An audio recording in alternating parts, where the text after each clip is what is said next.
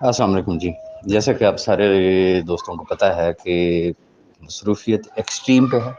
یہ ڈیز بہت امپورٹنٹ ہے، ایک ایک لمحہ ایک ایک سیکنڈ بہت قیمتی ہے۔ میں اس طریقے سے پہلی بات یہ ہے کہ میں بہت سارے گروپس میں نہیں ہوں، اور یہاں اپنے گروپ میں بھی اس طریقے سے پراپرلی ٹائم نہیں دے پا رہا، تو کیوں یہ نیکسٹ ویک آپ کو بتاؤں گا انشاءاللہ۔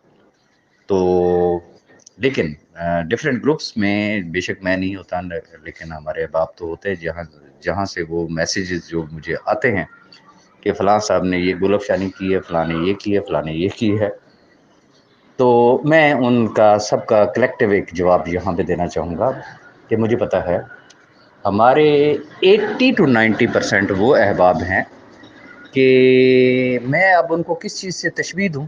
فار ایگزامپل آپ یوں لے لیں، وہ ایک ایسے گروپ میں گئے جہاں محفل سما ہو رہی ہے، قوالی ہو رہی ہے، بس وہ انہوں نے وہاں وہ داد دینی ہے جس کی کوئی حد نہیں۔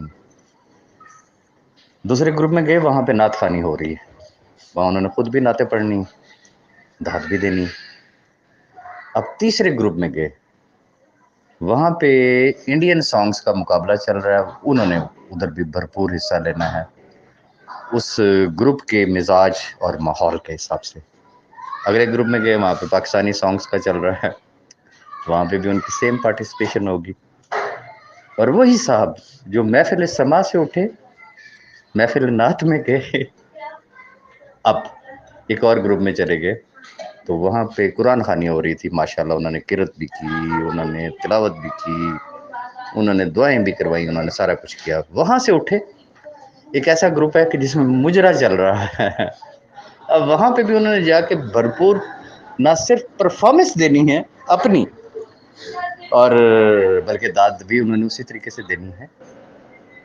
تو اس لیے مجھے پتہ سب کا ہے کون کہاں ہے، کیا کر رہا ہے، کس کمپنی میں ہے، ہمارے گروپ میں اس کا کیا ایٹیٹیوڈ ہوتا ہے، اور جب کسی دوسرے گروپ میں ہوتا ہے تو وہاں پہ اس کا کیا ایٹیٹیوڈ ہوتا ہے۔ ایک چیز مجھے سمجھ نہیں آتی ہے کہ کیا پاکستان کا سب سے بڑا مسئلہ راجہ راز رہ گیا؟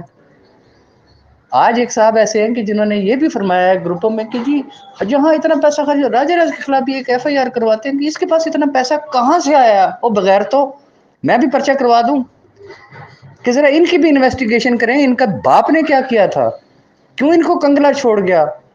انہوں نے ساری زندگی جھخم ماری ہے، آج بھی ٹکے ٹکے کے لیے رو رہے ہیں، تو ان کی ذرا تحقیقات کی جائے کہ انہوں نے زندگی میں کیا کیا ہے، اللہ نے ان کو اس دنیا میں بھیجا کس لیے تھا۔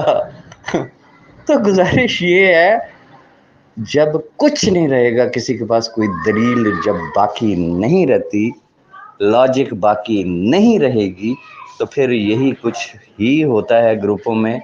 لیکن اب یہ زیادہ عرصہ چلنے والا نہیں ہے۔ اب وہ ان کی چیخیں اس لیے نکل رہی ہیں کہ ان کو نظر آ رہا ہے کہ سیف الرحمان دوبارہ آ رہا ہے، آج نہیں تو کل، کل نہیں تو پرسوں، کسی بھی ٹائم اس نے آ جانا۔